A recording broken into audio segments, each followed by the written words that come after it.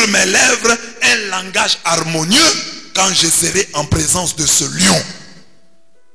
Esther doit interpeller les mamans qui sont ici. Hein. Il y a beaucoup de mamans ici. Quand il faut parler à leur mari, elles ne prient même pas. Papa, dis mon ami, tu as prié avant de parler à ton mari? Tu viens parler comme ça. C'est que tu parles, tu termines, on te gifle. Tu parles, tu termines, tu as des problèmes. Tu parles, on ne te parle plus. Parce que tu n'as pas demandé un langage harmonieux. Beaucoup de femmes n'ont pas de langage harmonieux. Amen. Une femme doit avoir un langage harmonieux. Un langage harmonieux. Dis à la femme qui est à côté de toi. C'est le mois de la femme.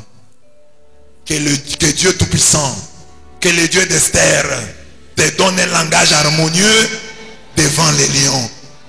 Devant les lions. Et une femme qui sait bien parler arrive toujours à amadouer son lion. Oui, parce que les lions ici que vous voyez ici sont des lions domptables. Le mari n'est pas un lion indomptable. Les lions indomptables c'est au Cameroun. Ici nous sommes en RDC. Donc les maris sont domptables si tu as un langage harmonieux. Harmonieux. Un bon langage. Un langage doux. Une femme doit avoir un langage doux. Et les femmes devraient demander ça à Dieu.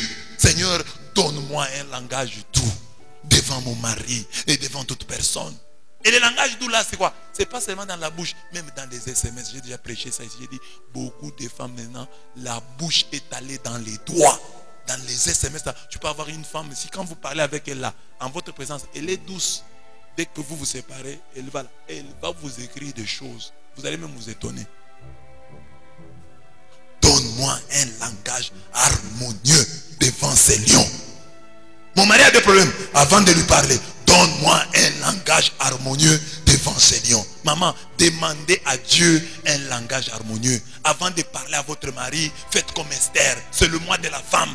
Avant de parler à votre mari, faites comme Esther. En ce mois de la femme et toute votre vie durant. Avant de parler à votre mari, priez. Priez et vous gagnerez le cœur de votre mari.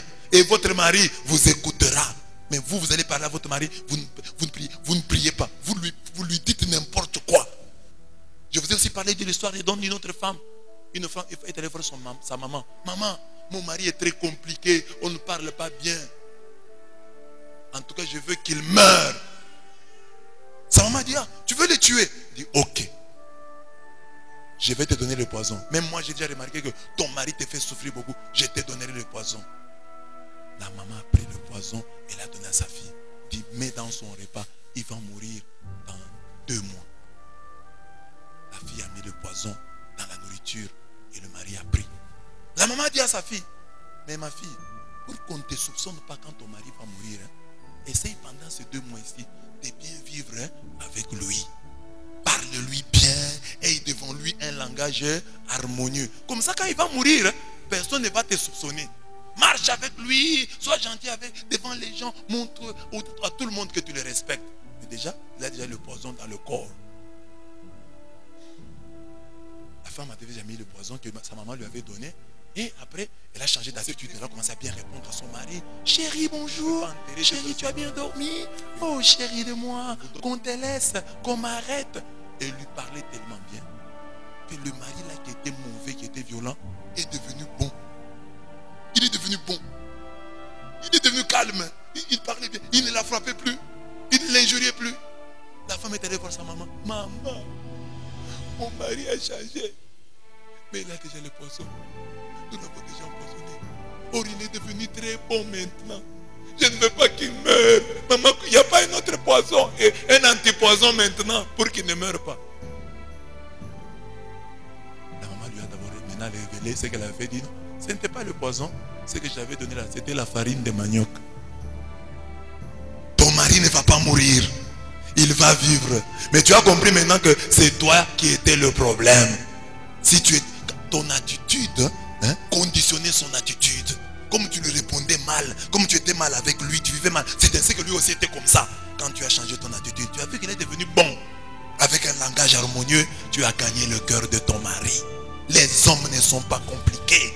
Vous voyez, les hommes ne sont pas compliqués. Les hommes ne sont pas compliqués. Ce sont les femmes qui sont compliquées. Amen. Regardez les cheveux. Nous ici, on coupe tous les cheveux, non? Ça va. Mais regardez les femmes. À leurs cheveux que Dieu leur a donné, ils ajoutent d'autres. Dieu leur a donné des ça on appelle comment? Elles enlèvent ça, elles mettent un trait avec un crayon. Elles se compliquent elles-mêmes la vie. Donc, ce que Dieu a donné, elles enlèvent. Elles mettent un truc là, un trait. Est-ce que vous voyez, ces gens-là sont normaux? Ils sont des gens très compliqués. Elle a des cheveux, elle va acheter Cabello. Cheveux de blanc, elle met. Mèche, elle met. Il ne fait pas chaud. Elle a déjà des lèvres rouges. Elle prend encore rouge à lèvres. Ce n'est pas si compliqué la vie. Les femmes sont cons. Les hommes sont simples. Maman, c'est vous qui êtes compliqué. Si vous voulez avoir un homme, vous allez l'avoir. L'homme est très facile à avoir. Avec un langage harmonieux. Vous l'avez dans votre gibecière. L'homme, je vous ai dit ici, un homme se nourrit de respect. Vous voulez qu'un homme vous aime, respectez-le. Respectez seulement. Vous le respectez, il va vous aimer.